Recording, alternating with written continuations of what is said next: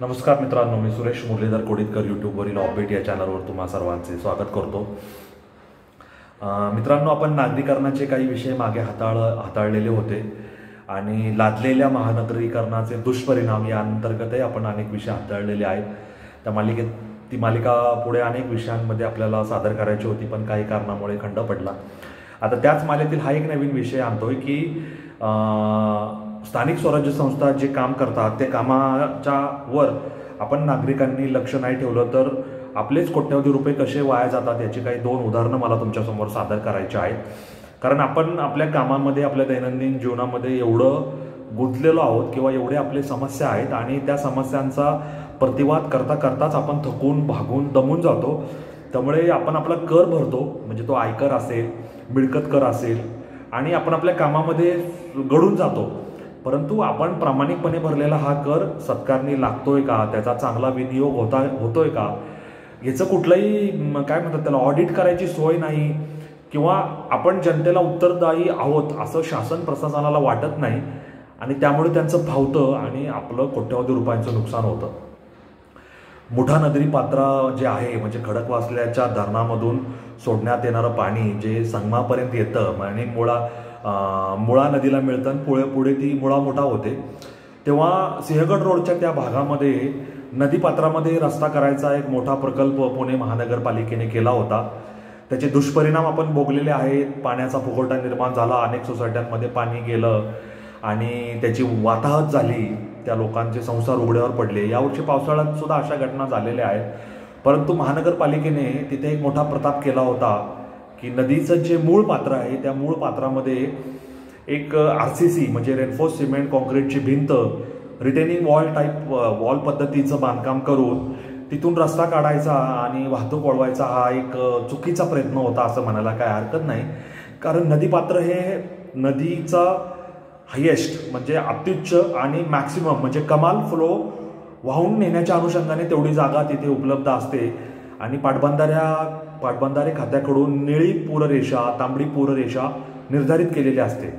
भले पावसाळ्याच्या कालावधीमध्ये तिथून पाणी तेवढ्या क्षमतेने वाहील न वाहील, तथापि तो भाग हा मोकळा ठेवायचा असतो, त्याच्यामध्ये कुठलंही बांधकाम करायला परवानगी नसते. आता इथून मागे आपण हे नियम सगळे पाळत होतो कारण त्याच्यात हस्तक्षेपाला जागा नव्हती, वाव नव्हती, शासन प्रशासन कठोर होतं, लोकसंख्या वाढलेली नव्हती, समस्यांवर प्रतिवाद करायची, उत्तर शोधायची तळमळ होती, भविष्याचा अंदाज घेऊन त्याप्रमाणे सेवा सुविधा यांच्यासाठी आर्थिक तरतूद करणं, त्याची अंमलबजावणी करणं, एवढं आकलन क्षमता लोकांकडे होती, बौद्धिक क्षमता होती. कालांतराने या सर्वांना मूठ माती मिळाली आणि आहे त्या व्यवस्थांवर ताण यायला, दाब यायला, कार्यभार वाढायला सुरुवात झाली आणि त्याच्यानंतर मग असे हे नवीन उद्योग उपद्व्याप पुणेकरांच्या माथी मारले जाऊ लागले. कारण नवीन रस्ते निर्माण करायला 1 इंचही जागा शिल्लक नाही. उड्डाण पूल म्हणा, बायपास रस्ता म्हणा, समतल विलगक म्हणजे ते जमिनी खालून जाऊन मार्ग काढायचं, असं काही करून रस्त्यावरील रहदारीला उत्तर मिळू शकत नाही. तेव्हा मग इथून वाट करा, तिकडून वाट करा, नदीपात्रात घुसवा, हे सगळे प्रयोग सुरू होतात. तर ती पाडलेली म्हणजे ती भिंत तयार केलेल्या विरुद्ध पर्यावरणवादी संघटना न्यायालयात गेल्या.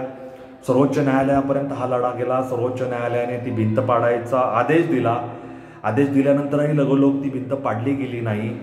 नंतर ती भिंत पाडली गेली आणि तुम्ही विचार करा, ती भिंत बांधण्यासाठी करावा लागलेला सगळा खर्च म्हणजे अंदाजपत्रक आराखडे तयार करणे, त्याचं पूर्वगणनपत्रक तयार करणे, त्याला तांत्रिक मंजुरी देणे, त्याला प्रशासकीय मान्यता देणे, त्याचे ठेकेदार नेमणूक करणे, ते टेंडर निविदा, जास्त रकमेची बोली आली का कमी रकमेची बोली आली त्याप्रमाणे ते काम करणे, त्या कामाचे मोजमाप पुस्तकात नोंद करून त्याचं मूल्यांकन करणे, ठेकेदाराला सगळी बिलं अदा करणे, अंतिम देयक अदा करणे, काम पूर्ण झाल्याचा दाखला देणे आणि एवढं सगळं झाल्यानंतर तिथं तो रस्ता तयार करणे, त्या वाटा तयार करणे, त्याच्यावर पुन्हा खर्च करणे, याच्यावर पुणेकरांनी प्रामाणिकपणे भरलेल्या करातील काही शेकडा कोटी रुपये वाया गेलेले आहेत. कारण तो रस्ता तोडून टाकावा लागला, ती भिंत काढून टाकावी लागली.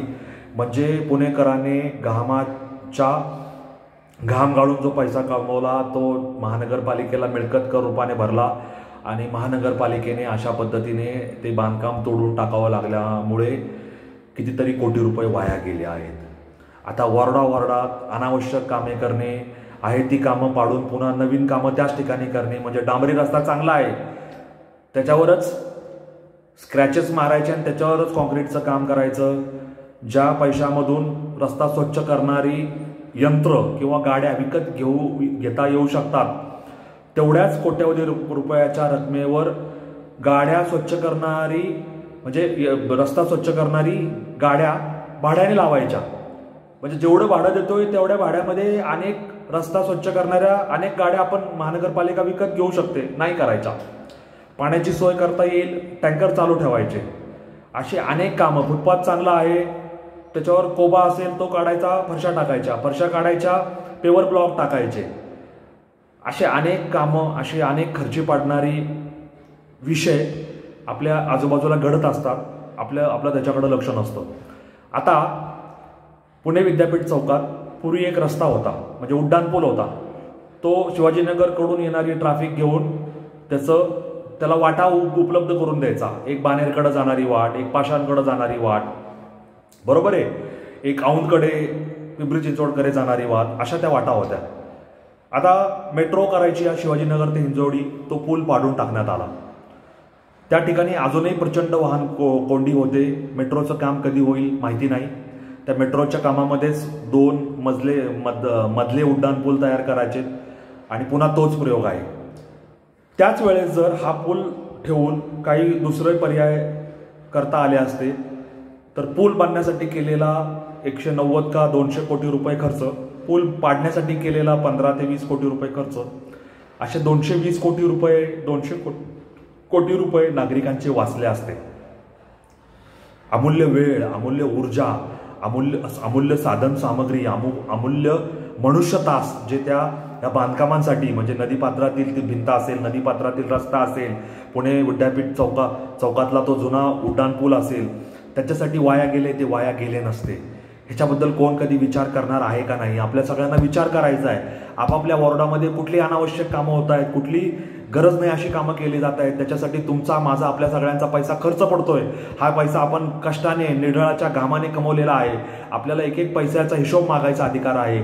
आणि महानगरपालिका कुठल्याही प्रकारचं नियोजन न करता, कुठल्याही प्रकारची आखणी न करता, कुठल्याही प्रकारचं नागरिकांना विश्वासात न घेता, कुठल्याही प्रकारची तांत्रिक, कुठल्याही प्रकारची पर्यावरणीय, कुठल्याही प्रकारची सामाजिक पाहणी न करता, विविध विभागांचे अभिप्राय, जलसंपदा विभाग असेल, सार्वजनिक बांधकाम विभाग असेल, पाणी पुरवठा स्वच्छता विभाग असेल, महसूल विभाग असेल, यांचं नगररचना विभाग असेल, नगररचना व मूल्यांकन विभाग, नगर विकास विभाग असेल, यांचं म्हणणं, यांचे अभिप्राय, यांचं मत विचारात न घेता स्वतःच्या मनमानी पद्धतीने काम करत असेल तर पुणेकरांना कसल्याही सोयी, सवलती, सुविधा मिळणार नाही.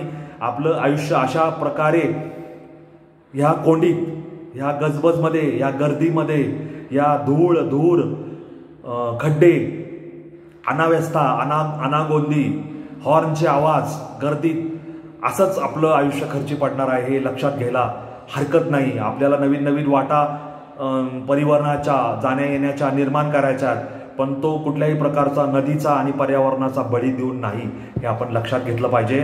आपला कष्टाने जमा केलेला मिळकत कर, कोट्यावधी नागरिकांनी भरलेले हे पैसे, ही आपली धनाची पेटी किंवा ही आपली तिजोरी, त्याचप्रमाणे आपण देणारं अमूल्य मत सुद्धा जर असं वाया जात असेल, चुकीची कामं होत असतील, आपला पैसा त्याच्यातून खर्ची पडून तो वाया जात असेल तर हे कुठंतरी थांबवायला हवं. सुजाण नागरिकांनो, तुम्ही विचार करा, तुम्ही डोळे उघडे ठेवा. आपल्या परिसरामध्ये, आपल्या जाण्या येण्याच्या वाटेवर, आपण जिथं राहतो, वावर करतो, फिरतो, पाहतो, मुलं बाळं जिथं शाळेत जातात, आपण नोकरी धंद्याला जातो, आपले नातेवाईक ज्या पुण्याच्या परिसरात राहतात, सगळीकडे सगळ्यांना लक्ष ठेवायला सांगा, डोळे उघडे ठेवून वावरायला सांगा. जिथं तुम्हाला काही दिसेल ते तुम्ही ताबडतोब आपल्या महानगरपालिकेच्या वेबसाईटवर नोंदवा, त्याचं मत नोंदवा, अभिप्राय नोंदवा, तक्रारी नोंदवा आणि ही होणारी उधळपट्टी, होणारा पैशांचा नाश थांबवा. एवढंच मला तुम्हाला कळकळीने सांगायचं आहे. ही 2च उदाहरणं मी तुमच्या पुढे मांडली. हे हिमनगाचं टोक असू शकतं. हिमनगाचं पाण्याखाली किंवा प्रत्यक्षात समुद्राखाली किती मोठा हिमनग आहे ते मला माहिती नाही. ते आपण सगळ्यांनी शोधून काढायचं आहे. आपल्याला फक्त विधायक विधायक दृष्टीने या प्रश्नाकडे पाहायचं आहे, दुसरा कुठलाही हेतू नाही, हे लक्षात ठेवा. आपला व्हिडिओ मित्र सुरेश मुरलीधर कोडितकरला रजा द्या. धन्यवाद. जय हिंद, जय महाराष्ट्र, वंदे मातरम.